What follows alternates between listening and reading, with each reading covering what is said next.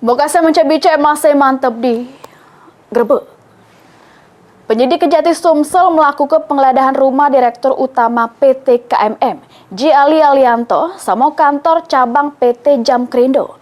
Tersangka dugaan tindak pidana korupsi pendistribusian semen di wilayah Sumsel oleh distributor PT KMM periode 2018 sampai 2022.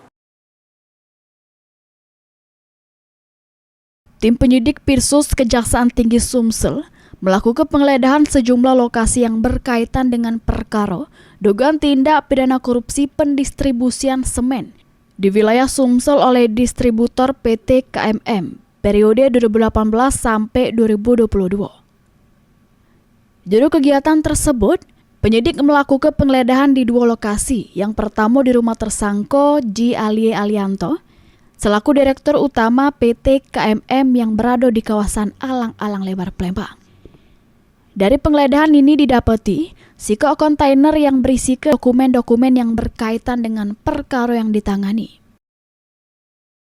Sesudah di tempat pertama, penyidik juga melakukan penggeledahan di kantor cabang PT Jamkrindo Palembang di Jalan Kapten Aripai, yang juga diamankan dokumen-dokumen penting.